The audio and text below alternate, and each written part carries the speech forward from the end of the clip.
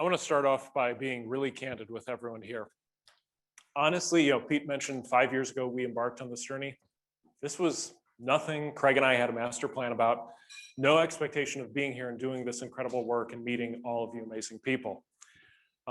Because 5 years ago, to take you inside that more, I didn't see a path forward. We were completely burned out, stressed out, overworked, and overwhelmed. And even better yet, no clear idea of what to do to change our situation. But things did change, as Pete mentioned, when a local provider found us. And we got to know them by asking questions. And as soon as I asked the one question I asked every new client, what's your greatest challenge? You know the answer. It was immediate, no hesitation. We need more DSPs.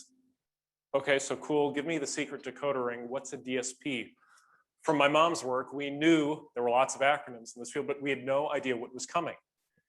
And the more we talked to them and heard about limitations, the more opportunities that we saw, and it energized us.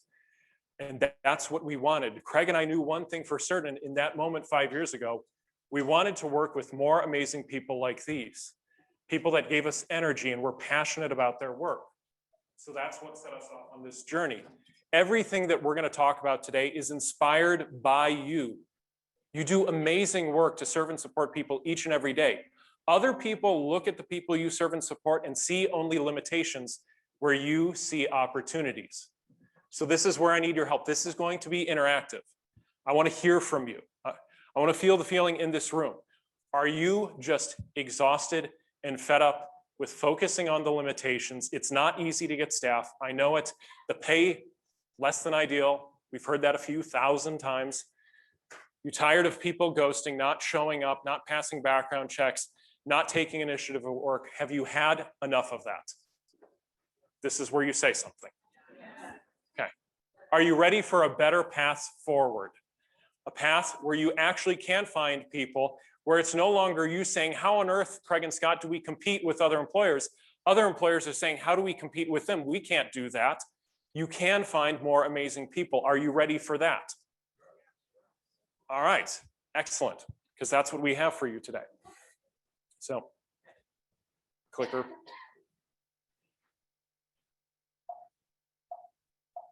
This is where I would like to advance to the next slide, and technology is defeating us. So, let me manage expectations here. Today is not about me and Craig standing up here being delusional and telling you your job's really easy, how to do it. You magically have 30 hours in your day. You don't have enough to do already. We know you're overworked. So this is not about making life harder on you. It's about showing you opportunities to take all of the incredible effort you're already putting in and just modify your approach so that you get more out of your effort. So this is not about more work. What this is about is showing you the path. I would love to be able to teach you in the next 45 minutes or so how to do everything we're going to cover together. That's impossible. It'd be downright delusional.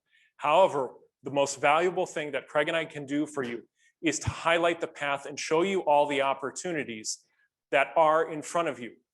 We've focused so much time, energy, and effort on the limitations. And yes, they are not great, but there are so many opportunities. And the best news possible for all of you, you have all of the skills you already need to do everything we're going to talk about. You have an advantage over everyone else in this area.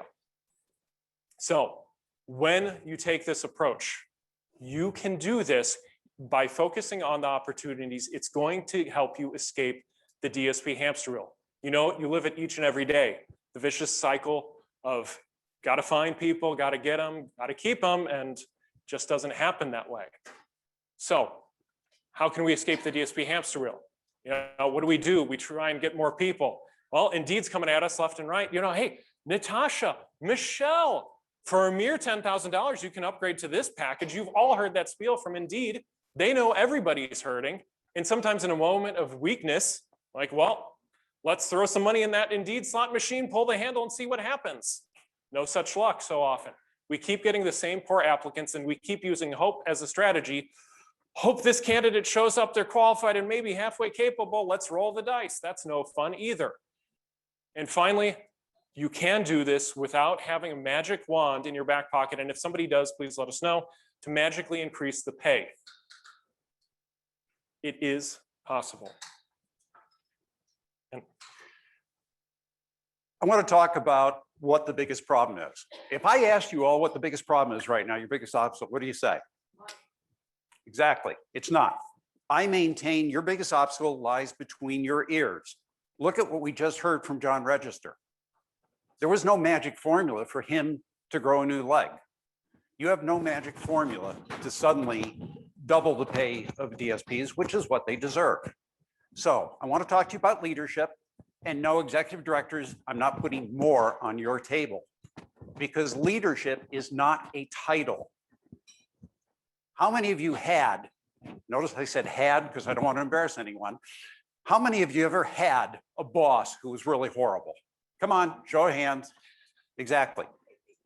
One of my first jobs, the vice president would come to us on Friday and say, okay, we're behind in production. We got to work on Saturday. There'd be, oh man. He said, don't worry, I will be there right with you. Saturday came. Do you think he was there? No. Worse, Monday morning, he'd come in, he'd come down to the shop, he'd look around and said, you guys didn't get much done for a Saturday. That was not a leader. Fortunately, there was someone on my team who they were the leader. No title, but anytime somebody had a question, that's the person they would go to. So this comes from a mentor of ours, Brad Martineau, who is a genius at communication marketing. He's helped people like Damon Johns of Shark Tank, Dave Ramsey, the guy who has the radio show on financial affairs. But Brad loves helping small entrepreneurs realize their full potential.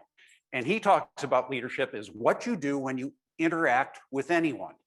And Brad loves to simplify things to a very basic system. So he's come up with leadership formula. At the base of this, the foundation is our current outcome. And our current outcome is the sum of the circumstances. You all know too well what the circumstances are right now. Plus your interaction, plus if you're in a team environment, others.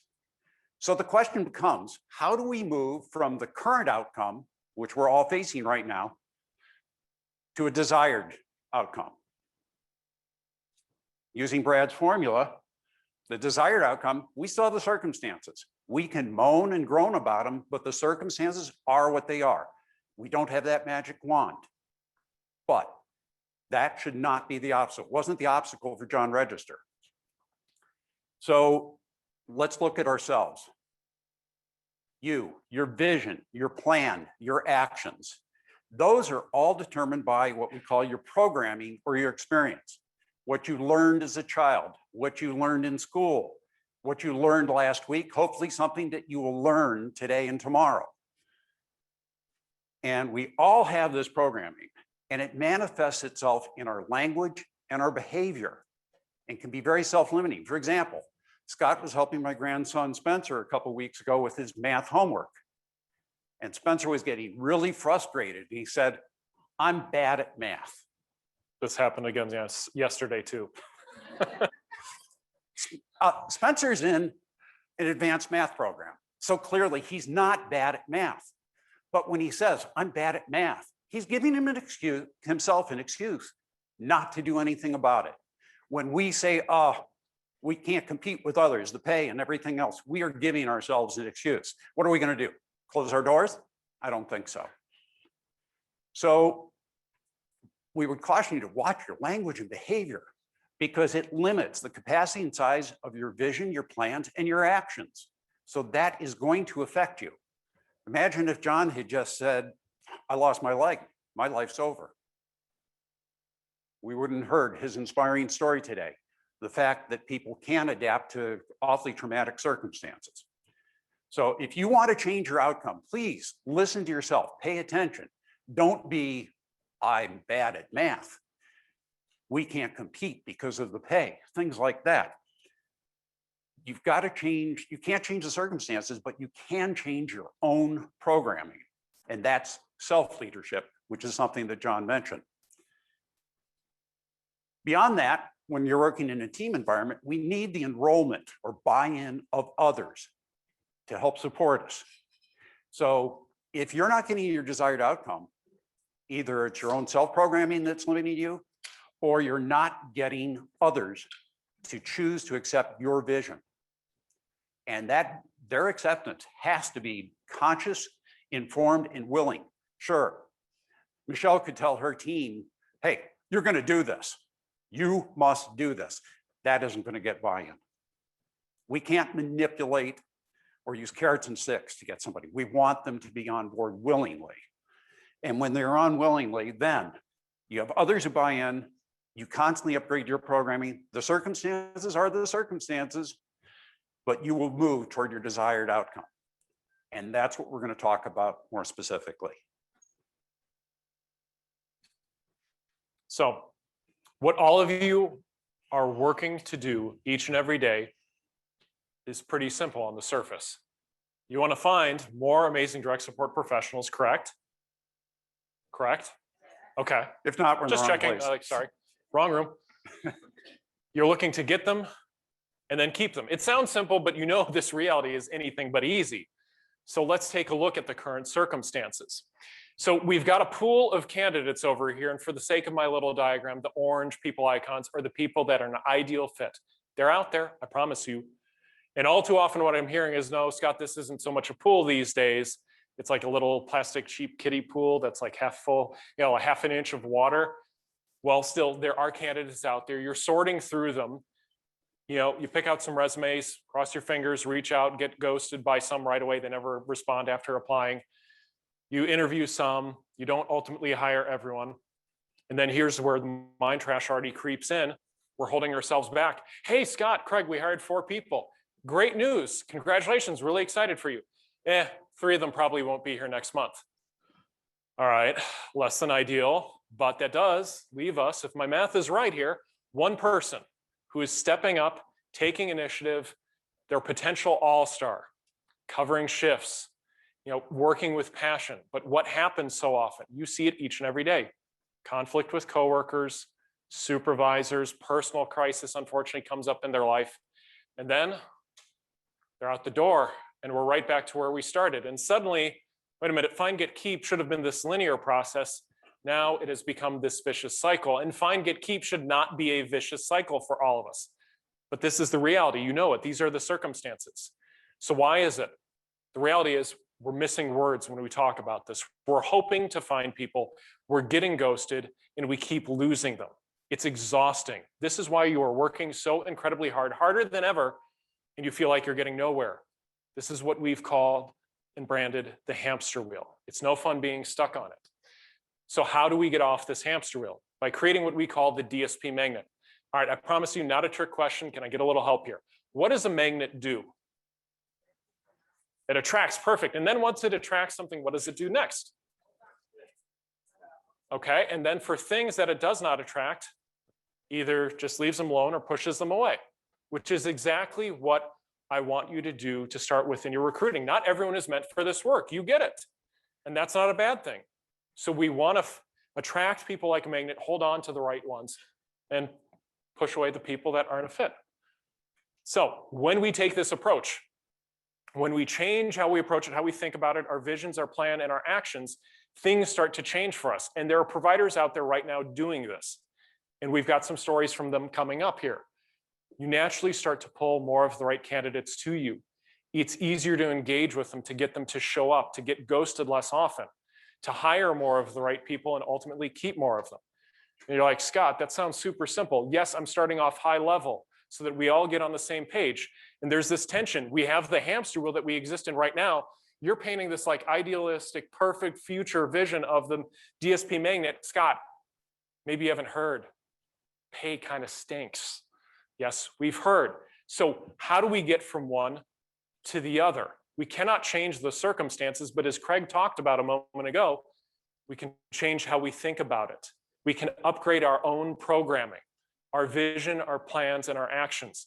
And this presentation is all about giving you a better vision to go forward with and take action.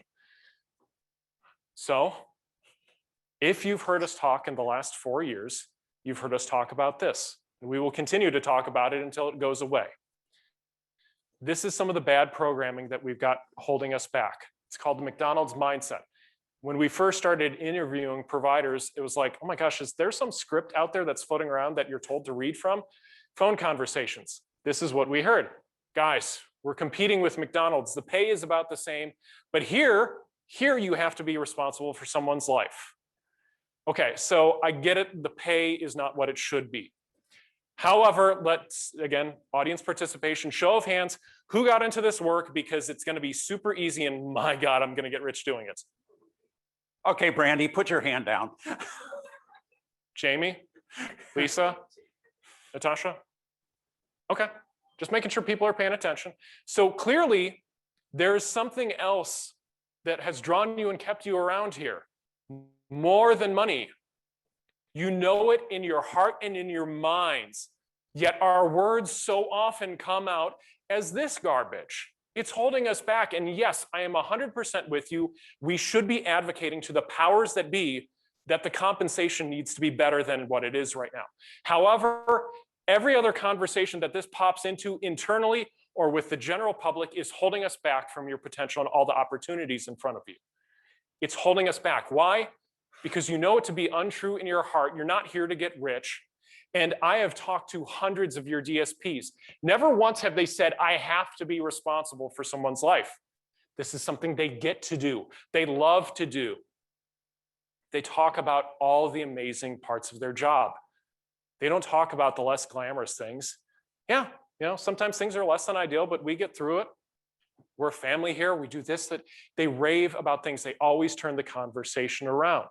They look at this as an opportunity, not a burden, some heavy obligation that they have to do. It's not like I have to pay my taxes. They don't look at it that way. So I am confident there are more amazing people beyond this room that their heart and mind would draw them to this work if we would send a different message to the world and talk about this work differently. Good news, and I've already shown you the tip of the iceberg here, you do have a superpower, and the superpower is the antidote to overcoming the McDonald's mindset. Radical concept for this field, so bear with me for a moment. Being person-centered. Now, what on earth do I mean by this? You have every opportunity and advantage with how you approach and serve and support individuals each and every day. If we extend that to applicant-centered recruiting and employee-centered retention, things will change for you. And they've changed for other providers for the better. So McDonald's mindset, that programming that we have constantly running through our heads in every conversation, is holding us back. It's keeping us trapped on the hamster wheel. When we focus on that limitation, we keep getting the same outcome.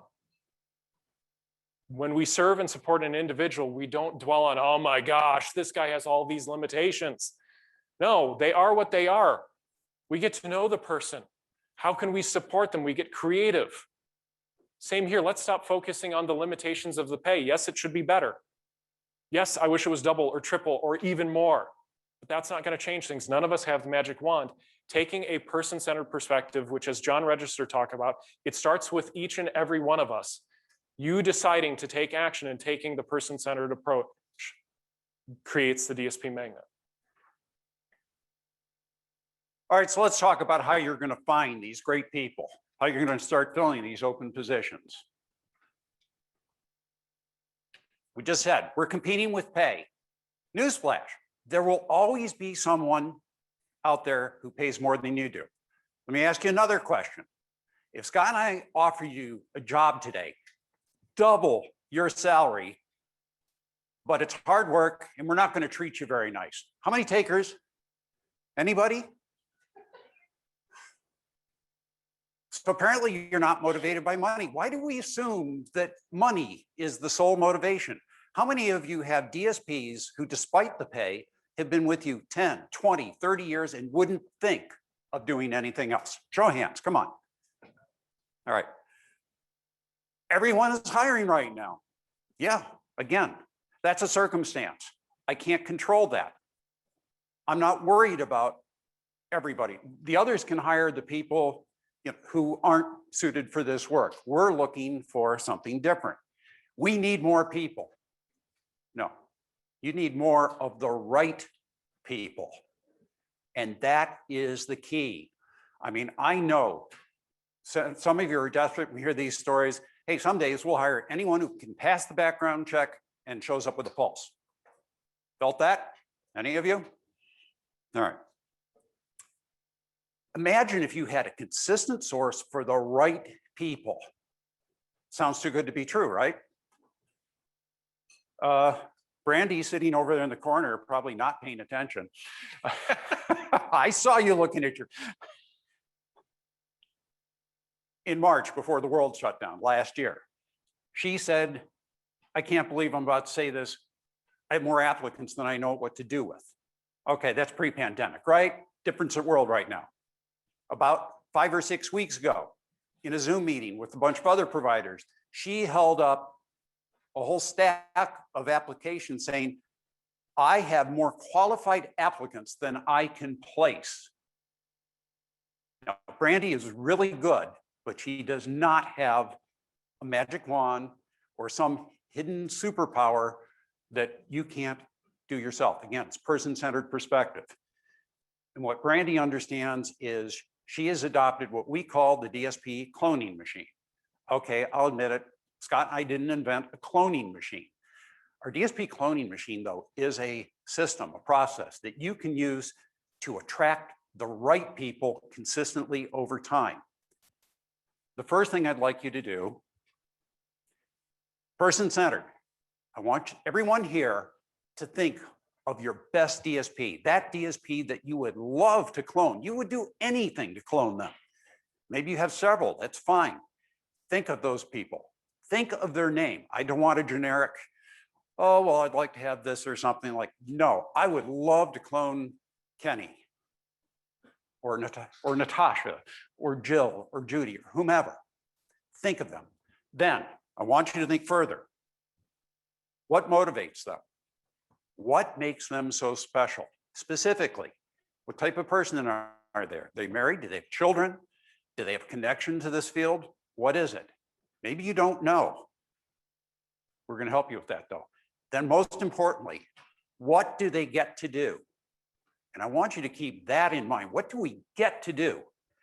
Every time I look at a job post, it has nothing about what these people get to do. It talks about what we have to do. Must lift 50 pounds, must do incredible documentation, must handle aspects of personal hygiene. Doesn't sound too interesting. The worst job post I've seen in 5 years, 31 bullet points of what I have to do, including number 26, must be financially responsible for expenses on outings with clients. So you're gonna pay me 12 bucks an hour and anything we do on an outing is on my nickel? I don't think so. Now, what they meant was keep records to get the expenses reimbursed, but how would you read that? Does anyone want that job? But what about the things people get to do? We've heard stories from DSPs. My friends can't believe I get paid to go to the park, to go to the Rock Hall of Fame, to go to an Ohio State game, to go to Disney World, Vegas. We hear all sorts of great stories. So what do they get to do? And if you don't know the answers to that question, I'm going to ask that sometime today for 5 minutes, what I want you to do is think of that person that you want to clone and either call them or text them, or at least set up an appointment to talk to them saying, I want to get more great DSPs just like you.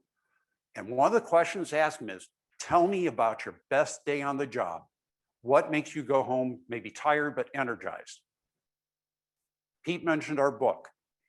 At the start, under every new chapter, we have a quote from our actual DSP interviews. They are like 1 or 2 sentences long. Every one of them could be put into a job post so that people with the same mindset, the same passion for helping others will look at this and say, wow, I want that job. Scott's very first interview, when he asked the DSP, tell me about your best day on the job. She said, oh, that's simple. My first day back from vacation. Scott said, whoa, wait a minute. I love what I do, have my own business, but first day back from vacation, not my best. Unpack that for me. She said, well, it's simple. All my ladies are so happy to see me. I get smiles and hugs and they want to hear everything about my trip. That's a 1 or 2 sentence quote that could go into a job post. So why are our job posts loaded with things that they have to do and we never talk about what they get to do? When we talk about what they get to do, we're going to attract more. Then when you have that conversation with that DSP, please ask them, do you know one person like you who might be interested in this work? Not a list, one person. All right, I'm going to interrupt you for just a minute here because what Craig just said is so important, it's worth repeating. So anyone here that is texting or emailing the office, this is the point at which you're going to want to grab a piece of paper or open up your note app and write this down. Because if you listen closely, you can get free employees or pay out, some referral bonuses, which I'm sure you would be happy to do by writing this down and spending 5 to 10 minutes taking this one action today. And then if you want the advanced action to take tomorrow, think about those former DSPs who left under good circumstances. Reach out to them because I bet they haven't thought about how much they enjoyed the work. They haven't thought about sharing that with their friends. Offer them the same referral bonus that you would to somebody on your staff. I had somebody in the Columbus area do that earlier this year. He called 5 former staff. 2 of them said, wait a minute, can I come back? So instant win. So think after this, to repeat it, I want to hammer this home because I don't want you to miss this value that Craig shared. Think of that person that you would clone, that you wrote down or you thought of. Go to them today. For some of them, you might need to put them at ease, like, hey, I promise you're not in trouble. I'm not going to ask you to do more work. Authentically thank them specifically for being an amazing part of the team. I was at this conference. These guys were talking about a cloning machine. And if we could clone people, you were the person that I thought of. I wrote down your name. I'm so grateful for you. I would love to have more people just like you. Could you think of one person that'd be a perfect fit for our team? If you ask that question, good things will happen. Then start thinking about where could you find more people like these. And Scott and I keep talking about stories and quotes from DSPs and what they get to do. The problem is if we go to a school, a guidance counselor, an academic advisor to a community college, something like that, again, we talk about what we do.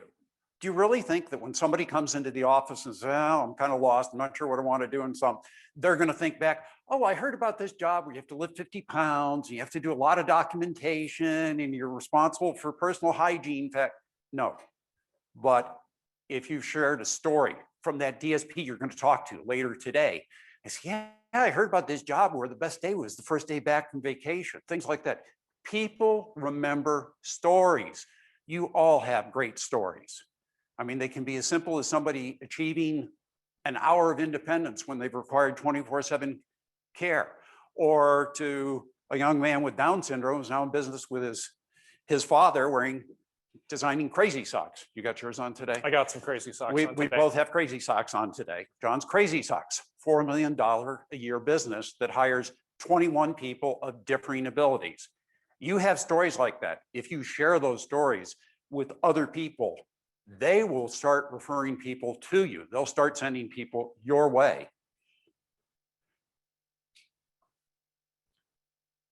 So once you've taken the DSP cloning machine and gotten crystal clear on the person you want to attract, being person-centered, who you want to recruit, obviously you want to get them in the door. You want them to show up for that interview.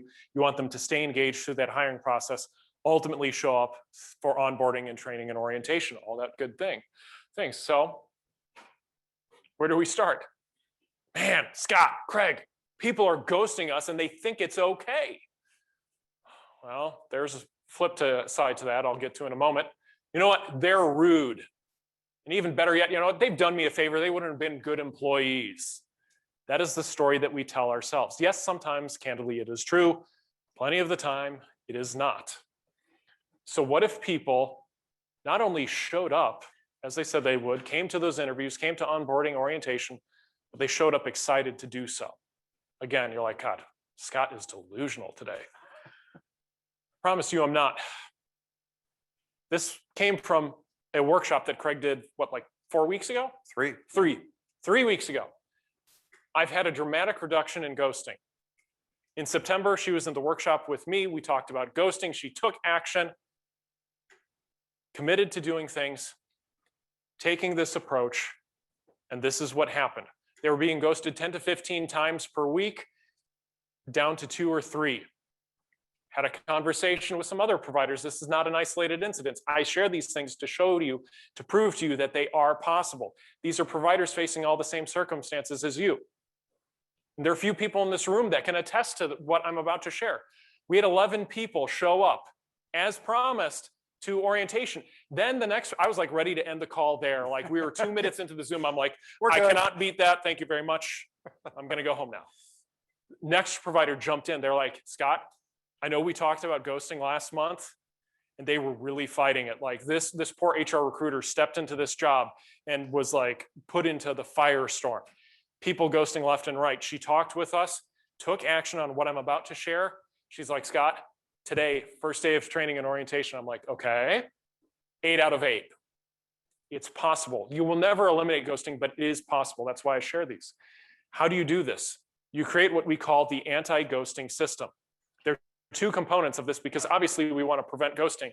And system I very intentionally have there because I want this to be simple, easy, and repeatable for you. I don't want to add more work to your workload. So let's take a look at and get very clear on why ghosting actually happens. So, person-centered perspective, this is your advantage again.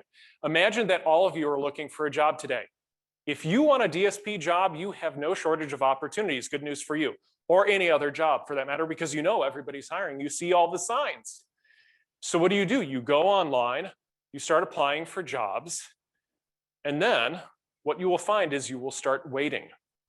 So this is what drives the behavior that you see. Anybody in here have people that apply 2 times, 3 times, 6 times, 8 times, 13? You're like, oh my God, get a clue. Well, they don't remember that they've applied 12 prior times to this. Why don't they? Because they have been forced into the numbers game.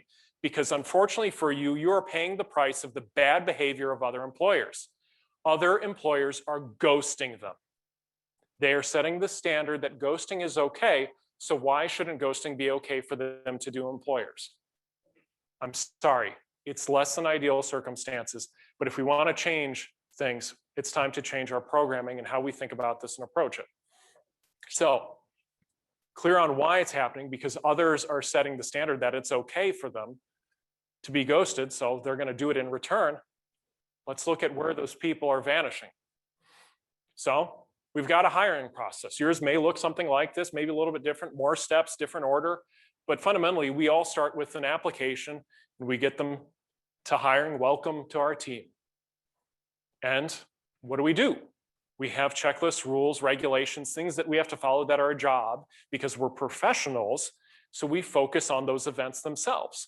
And people should just move from point A to point Z. It should just magically happen. Well, it's really easy to overlook because we're focusing all of our attention on the boxes. That ghosting happens in between. Those arrows are easy to overlook. Because what do those arrows signify? They signify time. Time is passing. Life is happening for them. They're hearing back from other employers or not hearing back from other employers. Doubts are creeping in. Life is happening. Cars are breaking down. Childcare is falling through for them. Things are getting in their way. So what I would encourage all of you to do, once again, this is where you're going to want to grab your pen and paper, draw the boxes, map out, write down your hiring process, and leave space for those arrows and fill in between those the number of days that pass between steps. And I know you're not in control of all of them. Real sorry about the background check like situation that I've been hearing about. I can't control it, much like the pay. But there are opportunities for how you can pull people like a magnet, attract them, pull them through this process. And it starts with identifying how many days pass between these events. Why? Because the trend that Craig and I see over and over and over again in workshops with hundreds of providers is speed kills. Case in point, I was doing a workshop for a provider that was spread out across the state. They were like, hey, can we have our 25 frontline supervisors that are in charge of hiring attend this workshop? Cool, sure, no problem. Now, when they came, some providers were talking about, they were focusing on this, getting ghosted right away. The person applies, try and reach out to them, get a phone screen, nothing, they're gone. What's going on? And then one voice speaks up. She's like, no, I'm not having a problem with that. And it's like you could hear a pin drop suddenly. Everyone's like, wait, what? What are you doing? She's like, well, I'm responding to people within 24 hours. Not rocket science. She's like, I've just been to a couple of Craig and Scott's workshops on this before. And other people in the room had been to those same workshops. The difference was she changed her mental approach and changed her actions. Brandy, how long do you take to respond if you can? What's your goal? 10 minutes. And just to confirm, you do have a life and other obligations, right?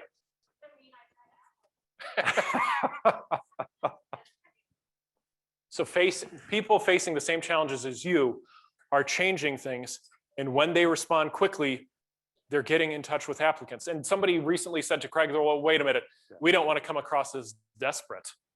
Yeah, I was told that in Delaware at a conference Friday. It's like, and when I was in Wisconsin, somebody was like, hey, we saw a job post that said desperately hiring. Please don't say desperately hiring. That sounds bad. That's not a good thing. But no, when you respond to them quickly, you're going to stand out in their mind. You're going to show them that you want them. You're interacting with them. You're somebody different. Like, oh my God, this person like responded. Holy cow. Because in talking to candidates, they're waiting 2 weeks, 4 weeks, 6 weeks, 6 months, 3 months, all over the board, despite the fact everyone's saying they're hiring. I mean, look at these two processes. Employer A on top, employer B on the bottom. Where do you think you would prefer to be hired? You know nothing else. They're already getting these like, 80% of the way there while you're still waiting for an interview with the other one. This is an advantage if you take it, if you respond and engage with people. Now, it's not just enough to like be fast. We don't want to reach out with cold automated messages that are impersonal, because all the best people you're after are warm, engaging, and very personal. Communicating and doing so with empathy will result in success. Engaging with them differently. Doing a workshop yesterday, a woman was like feeling the pressure of, well, I've got to be professional. I've got to have a very professional and polished message to candidates because my bosses have told me I must do this. And then when we started talking about things, communicating with empathy and personality, she's like, wait, I can use emojis. And I'm like, yeah, I'm getting the vibe that that's cool from you and that's how you normally interact with people. You have that warmth, that energy. Go for it. Because nobody else is going to be engaging with them with a personality. We've seen messages from providers out there that, no joke, thank you very much for your application. We are interested in considering you for further consideration. You must be available between business hours of 8 to 4. Ooh, I feel all warm and fuzzy inside. This write place that feels down right. for your next Hallmark card. Yeah. It's not just enough to communicate quickly. We want to do so with empathy. And then as you look at those arrows, I want you to document version 1 of your system. So we focus all this time, energy, and attention on the boxes. It's time to reduce ghosting by focusing on those arrows in between. How are we engaging and interacting with that candidate while time passes? Sometimes it is quick, it's just a day. Other times, yeah, it's like, oh my God, we're waiting on that background check still. Send them a text message because they're telling themselves stories too. Like, oh, I think I really blew that, interview with Lisa. I think I should just go. I should accept this other job, even though I really want it there. I think I blew it there. They're telling themselves stories while time is passing. So if you reach out to them with empathy and like, hey, I promise you, I have not forgotten you. Just wanted to let you know, I'm super sorry. We're still waiting on that background check from the state. You know how it is with government. Come alongside them. That's your opportunity if you document that to reduce ghosting. Obviously, once you've found them and gotten them, it's really important that we keep them. Once again, the McDonald's mind trash. They'll just leave for more money. I didn't get any takers when I offered you that job at double your current pay, right? Again, it's a circumstance. We can't control it. Odds are, if they're worried about the pay, they're not a good fit for you, or you're missing some opportunities to have them see beyond the pay. Oh, this generation. I'm probably the oldest person in this room. I am a boomer. I can remember my father saying, oh, this younger generation of yours. It's probably been something uttered by parents for every generation since time began. And again, even if the current generation, it was built on participation trophies and sort of feel like, hey, I showed up for work, I did my job. Have any of those? They are our available workforce. So let's work with them. The good news is you're already skilled at helping people who have real challenges in life, and you help them live the best life possible. So why can't we train up our workforce? The other one we just really love. Oh, they'll never. They don't know how to cook. They don't know how to clean. They'll never be able. If Scott and I come in, see one of the individuals you support and say, oh, you know, that person will never do this, never do. You would jump down our throat, rightly so, because you know what is possible. You know that the only limitation is the ones that we self-impose, that people can achieve great things with the proper support.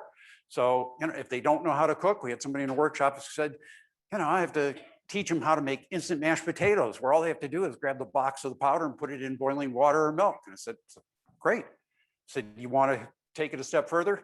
What's that resident's favorite meal? She's spaghetti. I said, teach that new DSP how to make spaghetti. They will be an instant hero in that home. And the feedback they get, they will feel so empowered and so excited. They'll be anxious to take on new responsibilities, learn new things.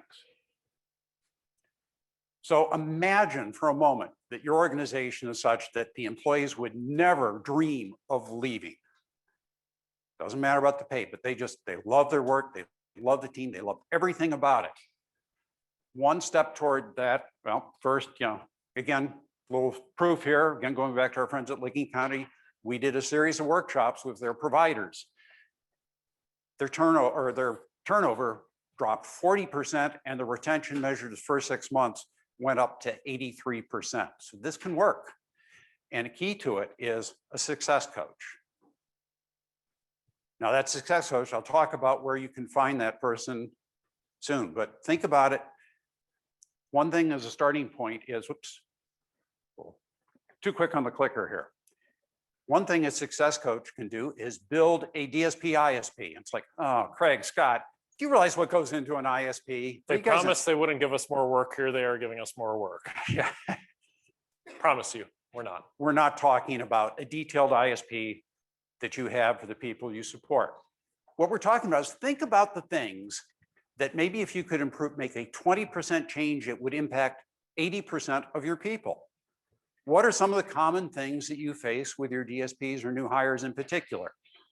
Transportation, childcare, enough money to get to the first paycheck,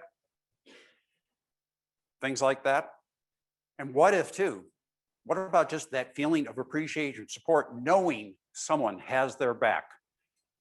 Was there ever a time in your own career where you're feeling low and questioning whether or not you should be doing this, and somebody, not a supervisor, but just somebody came alongside and gave you support and gave you that glimmer of hope when you needed it? That can be so powerful. That's what we're talking about, employee-centered supports. It doesn't have to be a cash reward program, doesn't have to be a gift card. Just again, somebody who they know is going to come out and be proactive to tell them, hey, we've got you. Look, we understand this is struggling. If you're struggling with something, what can we do better? How can I help you? We already give that kind of support to the people we serve. It should be very easy to do it with those on our teams. It doesn't involve a fancy program. It can be as simple as coming up and getting to know them. Just as you interact with the people you support, you find out what they don't like, what their dreams, what their hopes are. You can do the same, have a simple conversation. Don't ask the question that Scott and I hate. And those of you who've been in our workshops or before, we hate the question, how are you? Because everybody says, good, fine, okay. You really don't want to know. Instead, what's the best thing that's happened to you in the last week or since we last talked? Personally, at work, whatever, it doesn't have to be earth-shattering. Just what's the best thing? Start building that relationship, because then they're going to be more comfortable sharing their concerns and where they need help. So once you've come alongside them, develop that relationship, now you can ask them, okay, what are you struggling with? What can I help you with? Make sense? then think about, what does a better future look like? What would it be like if you had people that stay, and not only stay, but thrive, and start telling other people in your community about the work they get to do, being repetitious, how wonderful it is to work your organization. Those people become recruiters on your behalf. I've shared this tip. I know some of you heard it. I think one organization took advantage of it. If you have t-shirts that you give out to your staff, please don't just give them a t-shirt with your logo on it. Give them a t-shirt that says, I'm a DSP. Ask me what I get to do. Because we're dealing with a profession that nobody's ever heard of. So just an idea. Now, okay, geez, you guys promised us no work, but where are we going to find a success coach? You may already have that person. Perhaps you have a DSP who's getting a little bit older, getting to the point where maybe they can no longer handle some of the physical aspects of the work, but they don't want to lose that connection with the people that have become their second family and the rest of the people in your organization. Wouldn't they be an ideal success coach? So you may already have one. In that workshop where Carly gave us the quote about reducing ghosting, when I talked about this with her, she said, I'm so excited. I've got 2 names right now. We've been wondering how are we going to replace them, and said, we'll still have to replace them, but now I've got something where they can stay and they can help our next generation of DSPs. So she was ready. As soon as she was out of the workshop, she was going to call these people and set up a meeting with them to find out what they might want to do for their future. And then the most important thing, when you have found that person to act as your success coach, chief heart officer, mentor, whatever title you want to give them, please encourage them to do this consistently, to go out, get to know every DSP. You know, they can get a different reaction than, you know, if the boss comes, it's like, you sort of have that reaction of, uh-oh, am I in trouble? Unless you're a boss like Michelle, who takes direct care shifts regularly so that they know, Michelle's just down here to work. So think about the consistency, how important it is for that success coach, that chief heart officer, to regularly engage and support people so that they know, man, this organization has our back. They care about us.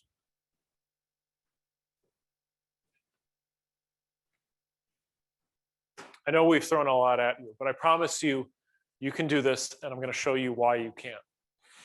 So, show of hands, please raise your hands. How many people in here are person-centered with the work that they do? Higher. Yeah, let me see them. Okay, this should be everyone, real easy. Now keep them up. Are you really good at communication?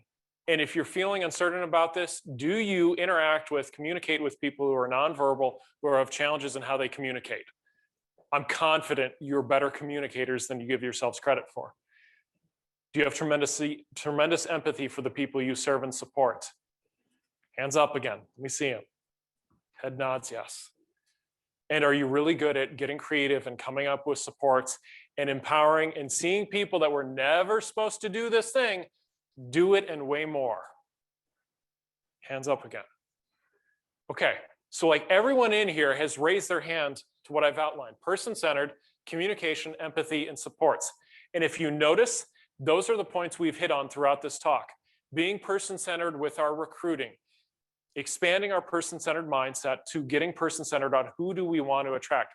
Not just we need more people, that's an incomplete sentence. You need more of the right people, and they are out there, they exist. And it's a lot easier to find them when you're crystal clear on who you're going after. And then when you start to communicate with empathy, you're going to engage people, show people that you are different. And you won't have to fight and compete over a paycheck for people, because everyone is hiring, everyone offers a paycheck. Not everyone offers what you offer. You feel different. It just feels different. That's an emotional thing. It's not a logical decision. They will be drawn to you because of what they hear and what they feel. And then when you show up and support them and show you genuinely care, my God, this place has helped me with my childcare situation. When my car broke down, they helped me out. You know, they came and they picked me up in the middle of a snowstorm, whatever it is. There are tremendous stories out there in this audience of doing things like that. When you help people in that way and support your employees like that, Yes, every other employer out there offers a paycheck. Not too many employers out there offer those kind of supports.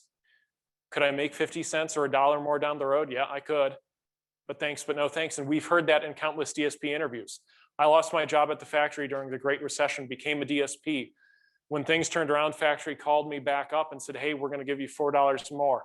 Told them, thanks, but no thanks. Talked to somebody who used to work in the baking industry. She's like, I got laid off twice. I learned my lesson and I just stayed put as a DSP that time they came calling yet again.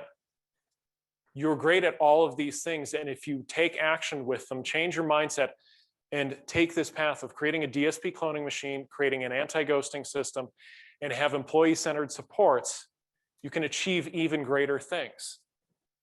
So what I would ask and encourage all of you to do, this starts in the mind as we've talked about, thinking beyond that limitation of the McDonald's mindset, because you know it in your hearts. There's more to this work than just the paycheck. You're here for a bigger reason than easy work and you love documentation and you're going to get rich doing it. You're here for something bigger than that. There are more people out there like you. And if you look for the opportunities, you will find them. But if you keep focused on the limitations, that's all you're going to continue to see. So you're like, I want more of this. Want some actual help. We're working with OPRA right now. We're talking with Scott back there about some upcoming dates for workshops to take you in depth how to do the things that we've talked about high level. The point of today was to show you the path. So what I want you to think about before you leave this room is maybe the cloning machine is what you need right now. Maybe it's not. Maybe it's the anti-ghosting system. Maybe you want to get really employee-centered with the supports that you create for your staff. Please, whichever path you take, commit and take action, because that is the trend we see over and over again working with providers. Some providers are stuck on the hamster wheel and they are truly stuck, doing the same thing over and over again and hoping for different results, and that sucks. I know it, I've been there too. When we're stressed out, overwhelmed, we often don't make the best decisions. But when we listen and think about and commit to a different approach and take action, good things happen. There's no better example of this than one of our favorite stories. So when we were writing the book, we interviewed our good friend now, John Dickerson, who was an executive director in the ARC for many decades, tried retiring, then came back to this field as an entrepreneur. And John shared this story with us. He said he was invited by a local provider to come see a manufacturing facility where they were doing some really innovative things with community employment. And he was getting to meet some of the people served and learn about what they did for their jobs.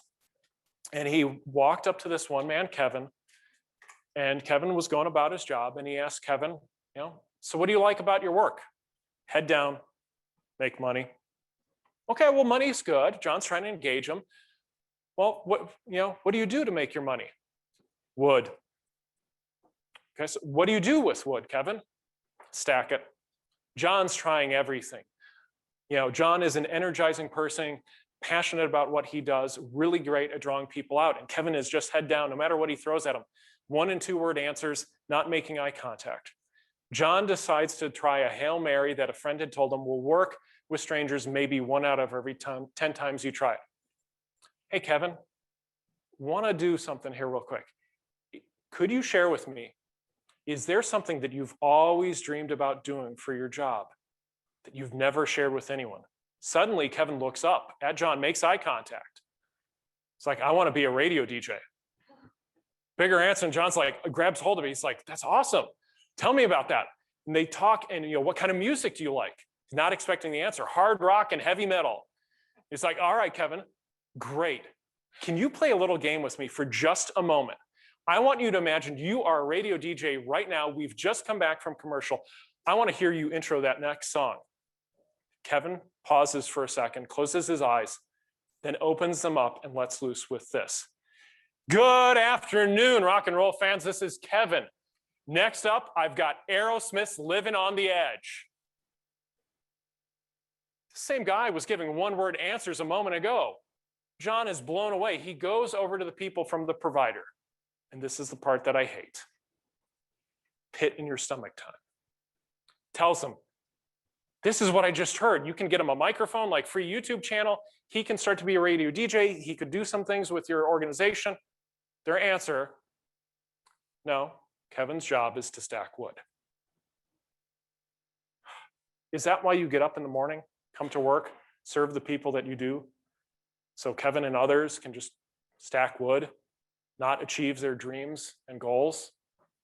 They sadly were focused on limitations as they saw them and ignored all the opportunities in front of them. So please, I know the limitations are less than ideal, but Craig and I beg you, there are so many opportunities and you have all the advantages as we just showed. Thank you so much.